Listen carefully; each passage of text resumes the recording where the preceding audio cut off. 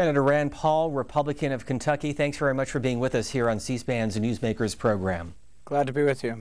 And joining us with the questioning is Jeremy Peters, who covers Congress and politics for the New York Times, and Stephen Dinan, congressional reporter for the Washington Times. Thank you for joining us as well. Senator, let me begin with a follow-up to the President's State of the Union address. He called this a year of action. The White House has said he is within the authority of the President to use executive orders to bypass congressional inaction.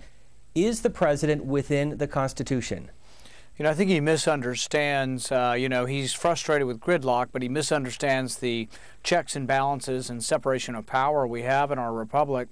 Our founding fathers didn't say, oh, hey, it's going to be really easy to pass stuff. They said you'd have to work. And when government's divided, you need to convince people that you have the best policies, not just simply say, hey, if you don't like my policies, I'll do them anyway. And, some of the people that our founding fathers referred to, such as Montesquieu, wrote about this. They said that if the executive attempts to become the legislative branch also, that you'll have a form of tyranny because there won't be checks and balances. So, no, I, with every fiber of my being, am opposed to the president letting him do whatever he wants with his pen and his phone.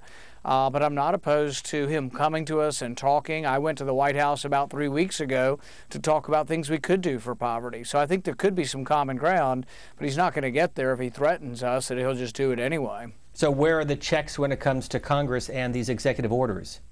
Well, presidents for about 100 years, I think, have been using executive orders to the detriment of the checks and balances.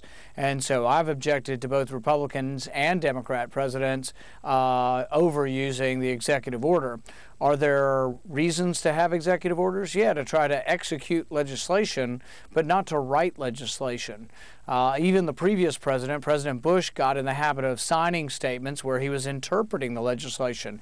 I wasn't a big fan of that either, really. So, no, these things need to be played out, but I'm in favor of a stronger Congress and more checks and balances, not less. Jeremy Peters of the New York Times. Senator, one of the issues that you've been most deeply involved in is NSA intelligence gathering reform. And I wonder what your sense is of where that process is right now in the Judiciary Committee, and looking down the road a bit, how likely it is that there will be meaningful reform this year. The real key to that question is meaningful reform. I think we may get some kind of reform, but my fear is that it may be window dressing. It's kind of like when the president came forward with his speech a couple weeks ago and talked about how he was concerned with balancing the needs and privacy of Americans, but he went on to blithely say that he was going to keep collecting all of our records. And I think these records include your phone records. I think they include your text messages, your emails, and I think in all likelihood they're probably collecting your credit card statements as well. I don't know all of that. Some of these allegations have been made in the media. We know about the phone records because of Edward Snowden. But think about your credit card records. And I tell people all the time, think about what people can know about you that might be on your Visa bill. Whether you drink, whether you smoke, whether you gamble, what books you read. Do you see a doctor? Do you see a psychiatrist? What medicines do you take? You can tell a lot about a person from their Visa bill. So I really think that's personal information, and unless you are specifically named in a warrant, nobody should be looking at that. So I imagine you would say that it's unlikely that there is going to be something that you, Jeff Merkley, Ron Wyden could support. Do you think, though, that there are options available to you to elevate this, to make it into a larger cause that draws attention to what I assume you would say is inadequate action by Congress? Well, I think there still is a possibility. I mean, between Ron Wyden and myself, we have a good bipartisan coalition. Mark Udall from the Democrat side has supported restraints on the NSA. So has Blumenthal as well. So I think there is a bipartisan coalition that could form on this. But I'm afraid that some of the people, particularly people coming from the hierarchy of the Intelligence Committee, they want to just sort of say, well, it's not really spying anyway, and these are metadata, so they don't really matter. So I'm afraid that we may not get what we want. There's also the court system, though, and I'm much more encouraged in the court system. The attorneys that I've talked to with regard to filing the case that I want to file and will be filed in the near future, which says that this defies the Fourth Amendment, that if you're saying a single court order or a single warrant can apply to millions of people's phone records, that goes against what the Fourth Amendment indicates is our protections. And I think that has a really good chance, and my attorneys tell me that from watching and listening to the Supreme Court justices, they think there's at least 5 that have indicated that the Smith case, Smith versus Maryland in the 1970s, does not really tell the NSA that they can collect everybody's phone records in America. So I think if this gets to the Supreme Court, I think there's a very good chance that the Supreme Court will expand the purview of the Fourth Amendment, and as a corollary to that, really expand our protection or expectation of privacy. Stephen Dinan of the Washington Times. Senator, I wanted to get to immigration, but really quickly, let me follow up on a couple of things you just said. First is you talked about the intelligence committees. I'm interested, there's a split there. The intelligence committees, in particular the leadership of the intelligence committees, seems much more devoted to defending the NSA program and some of the other snooping programs, as opposed to this left-right coalition that's out there with Congressman Sensenbrenner and Senator Leahy. Why is there that split? What do the intelligence committee folks know, or what's the difference there? What explains that? Well, I think you have a select group of people that are in the hierarchy of these committees that feel like they are invested in the spying programs, in the sense that they are consulted and they get more information. But really the rest of us are left, I think, often with very little knowledge of these, and many, including, I believe, Congressman Sensenbrenner, were actually surprised at the far-reaching aspects of what they were doing with the Patriot Act. He was a supporter and basically has been described as one of the co-authors of the Patriot Act, and he's now offended as what they're saying the Patriot Act means. There really needs to be some pushback, because you can't have, it's the fox guarding the hen house, and that's why the president can't really be correct or allowed to do what he's saying. He's just going to hire some more attorneys for the NSA. They'll have an internal debate and we'll have more safeguards. Well, that's not the way it works. Due process and your protection and truth-finding mission of the courts requires an adversarial relationship, and that's why my NSA reforms would allow you to appeal a FISA court order, a warrant from a secret court. If they give Verizon a court order and say, give us all your phone records, they should be able to appeal that to a public court, the Supreme Court, because I don't think a secret court should ever be deciding the constitutionality of a Fourth Amendment type of case in secret. That goes against, really, I think, everything that our country was founded upon. That does raise one other issue, which, and you'll run into this, I assume, when you file your lawsuit, about standing. A number of the president's, this goes with the president's executive orders as well, and the question of when somebody actually has standing to be able to challenge a presidential executive order, and whether a member of Congress, a senator, has that standing. I know this gets technical, but are you convinced that you have standing to challenge the NSA? Are you going to challenge it based on your own communications being swept up? See, and I think you make a good point. What's happened in the past, people have said, I think they're spying on me, but we had no evidence that they were spying, and they just said, prove it. Even though they were spying on us, they wouldn't give us any information, and they controlled all the information, the NSA. But now with the revelations that have come from Edward Snowden, we know they're spying on us. If you've got a Verizon phone or an AT&T phone or whatever phone you've got, you know the government's got your records. So we already have, and we've had at least one district court decision come out of D.C. where they said, yes, you have standing, and yes, we think this is unconstitutional. So no, we think we have a great chance on the standing argument. There are other cases too, though. I've met with and understand a little bit of the case from Edward Snowden's email provider, and I think he has a good case. His entire company was shut down, so he has a grievance that he lost his company because they didn't want just Edward Snowden's email. They wanted the encryption keys, and they wanted all of his customers.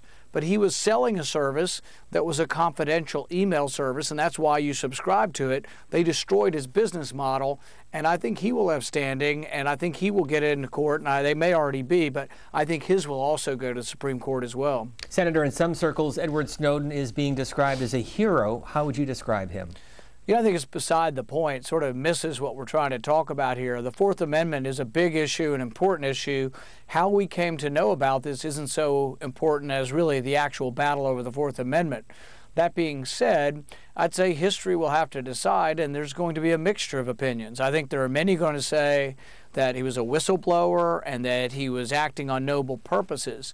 The other side will say, with some justification, that you can't just let anybody reveal national secrets. So I have kind of two minds on it. I respect the fact that he was trying to reveal something he felt was unconstitutional. But his residing in China and then in Russia and countries that don't respect privacy or any of our Bill of Rights concerns somewhat taints that history. But I think history will ultimately have to judge him. And I think also we just can't have no laws on revealing secrets. So I think there are conflicting things here. But to me, what is clear is that the information he's revealed to me means, and my understanding is, that the government is acting in an unconstitutional manner. Quick follow-up. Should be allowed back into the U.S., and should the administration grant him clemency? You know, I don't know what the actual legal conclusion needs to be on what happens. I have said that people who are calling for him to be shot or hung or strung up or whatever they're calling for, I don't think the death penalty is appropriate. I think he was acting, as many civil disobedience act, he was acting for a higher cause. Whether or not we can allow that to happen without punishment, I think is a question others will have to determine. My feeling personally is that probably he and James Clapper should share a cell together. And I say that somewhat tongue-in-cheek, but you can't be for the letter of the law and throwing the book at Snowden without, and also then say, well, James Clapper committed perjury and we're just going to let him get off scot-free and do nothing. So really, I think if we apply the law, we have to consider applying the law equally. We'll go back to Stephen Dinan. Senator, immigration, last year you made a big splash when you said that you thought that Congress should tackle this and do something about the folks who are in the country illegally. And a number of the immigration advocacy groups thought that was a real sign that Republicans had a change of heart on this and were very hopeful about something getting done. You ended up voting against the bill, the Senate bill last year. And I'm curious where, two things. First is, what changed for you in that? We've seen the House Republicans sort of balking at going that far. What changed, and do Republicans need to pass something before the 2014 election on immigration, and do they need to pass something before the 2016 election, before you have a next presidential candidate? You know, I never really changed my position. I've always argued that we should have security first, legalization second, or normalization of people who are here, meaning getting them work visas if they want to work. And I proposed an amendment that would have allowed for that. Each year there would be a report, and Congress would get to vote on that report on whether or not the border is becoming more secure. That allows Congress to still have input, not just one time, but repetitively, over whether the border is becoming more secure. And that I would gradually get work visas for those who want them, including those who are already here. So I do have sympathy for those who are here. I have sympathy for the fact that 40% of them actually did try to obey the law, but then when they got here, they came to pick crops at $9 an hour, and then they saw a sign that said, hey, if you want to work construction, we'll pay you $14 an hour. They took that job and became illegal. But here's the rub. The Senate bill still makes it illegal to go from agricultural job to construction job. By making that illegal, you're setting yourself up for more illegal immigration because you're going against the natural impulse of man or woman, which is to take a better paying job. The other thing the Senate bill did that I didn't like was it limited the numbers of people who could come here on a work visa. So for the first time now, under the Senate bill, we would limit agricultural workers, the ones who come to pick crops, to 100,000. Well, many estimates say 400,000 people come to pick crops. So I can't be for a bill that will continue illegal immigration. I want a bill that expands legal immigration so we'll have more legal immigration but less illegal immigration. So everything about the Senate bill, because some of it was worked out with labor unions that want to restrict labor, because they made those so-called compromises, they made a bill that won't work and will create more illegal immigration. And I just can't go home to Kentucky and say, oh, I voted for this and I fixed it. And then 4, 5, 6 years later, there's another 6 million people here, and they're saying, no, you didn't fix it. All you did was perpetuate it. So the Senate bill isn't the right bill. I am for immigration reform. I've offered proposals to make the situation better, and I think my proposals would be more to the liking of Republicans in the House. And I told them, come to me and work with me. I will help you create a bill that would be acceptable to Republicans, and nobody came to me with any compromises, and so I couldn't vote for a bill that I just don't think will work. Jeremy Peters of the New York Times. Senator, as Stephen just pointed out, there are many inside and outside the Republican Party who argue that if nothing is done to address immigration, the Republican Party is going to just write off the whole Hispanic vote and eventually wither. But the other side of that argument, I think, is just as interesting. Republicans who say if we pass comprehensive immigration reform, we're going to destroy the party because you're going to have a generation of Hispanic voters who are indebted to Democrats. Do they have a point? Well, I think you can also look at it in another way and say, will Democrats destroy their affinity or the affinity of Hispanic voters for Democrats if the Democrats are unwilling to compromise? There are many Republicans, in fact, I think there's a majority who are for expanding work visas to the 11 million or here, letting them come out of the shadows, normalizing their existence, making it where they don't have to be fearful to be seen in the daylight, where they can get a legitimate job and they can pay taxes. But it stops short of the citizenship question. That's the question. If Democrats are unwilling to compromise, will Hispanic voters say, gosh, why won't you at least go halfway to the Republicans and try to get something passed? Or will Hispanic voters say, oh, I don't like Republicans because they didn't give us everything they wanted? I think if you talk to Hispanic voters, there's actually some division on this. I think most are in favor of trying to normalize the existence for the 11 million here. But I think you would find that a significant percentage of Hispanic voters are not so adamant that they wouldn't try to take something that steps in the right direction. So looking back at your home state, there is a pretty contentious primary going on right now where Mitch McConnell, the senior senator and minority leader, is going pretty bare-knuckled against his opponent. Now, I've heard a lot of Republicans complain that they think he's been too rough on Matt Bevin. Do you think that this kind of rough political play is useful? All I can say is sort of what I'm in favor of, and I think that there are Republicans of all different stripes and flavors and ideologies, and I like to see the debate on as high a brow or a high a level as we can keep it. It doesn't always work out that way, but that's what I'm in favor of, and I think that, may the best man or woman win, and hopefully that is what happens. If you look at the issue statements, though, of Matt Bevin, they essentially mirror many of your own points of view. Yeah, and if you look at the voting record of Senator McConnell, you'll find that he's pretty conservative as well. So the thing is that everybody has to make their own decision. I've tried to say to Republican voters in Kentucky, you guys will decide. I've made my position. I am supporting Senator McConnell. I think he's helped to corral all Republicans together to be steadfast in our opposition to probably the worst piece of legislation in the last several decades, which is Obamacare. He corralled and worked to get all Republicans together on a balanced budget amendment, two things of which I feel very strongly about. And so we'll see where the chips lay, but I think each voter will just have to make their own mind up.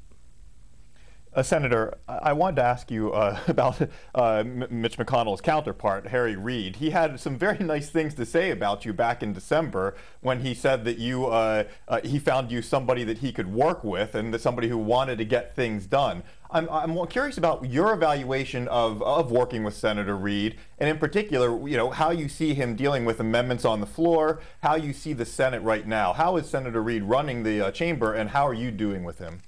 I like Senator Reid as a person. We have had many good conversations. I still am trying to figure out a way that I can do things with Senator Reid, and to me that means we don't agree on every issue, but that we would try to narrow the issues. I said the same thing to President Obama when I was at the White House recently. I said, we don't agree on everything, but there are some things we do agree on. Let's try to narrow the focus to those things and pass them. And I'll give you an example. Both parties worry about jobs going overseas. We worry about our economy. We worry about joblessness here and unemployment. One of the things we could do is let American profits from American companies, let it come back at a lower tax rate. I think it'll bring in tax revenue that could be used for infrastructure, for roads and bridges. And it's something that President Obama actually agrees with me on. And I said, look, let's don't try to make it part of some enormous bill on tax reform that'll include 1,000 moving parts, 900 of which we'll disagree on. Let's take the few items like this that there is agreement on. And I've said this with Senator Reid as well. Let's take this, work together. We could pass that next week. week. There's 70 or 80 votes for that. Let's pass it and do something good for the economy instead of having these staged sort of votes that we don't have agreement on. I think there is room for agreement, and so I'm willing to work with Senator Reid or the president and try to find that common ground.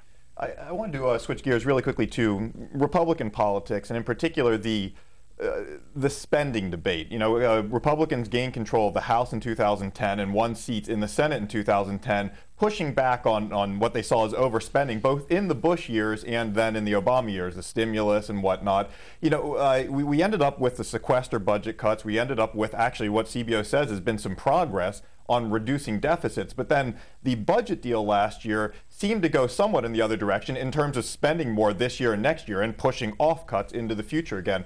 Have Republicans again turned the corner? Are you guys basically, is the era of cutting now over? Are Republicans moving the other direction? Where do things stand? You know, I've been very disappointed with the abandonment of the sequester or the budget caps that were passed in 2011. A lot of people don't remember that that came out of a pitched battle where the president said he didn't want to negotiate, just like this last time. He won't negotiate with a gun to his head. But guess what? In 2011, he did negotiate. We got the sequester. And you know, remember what the S&P's response to it was? They said it was inadequate, and they downgraded our debt.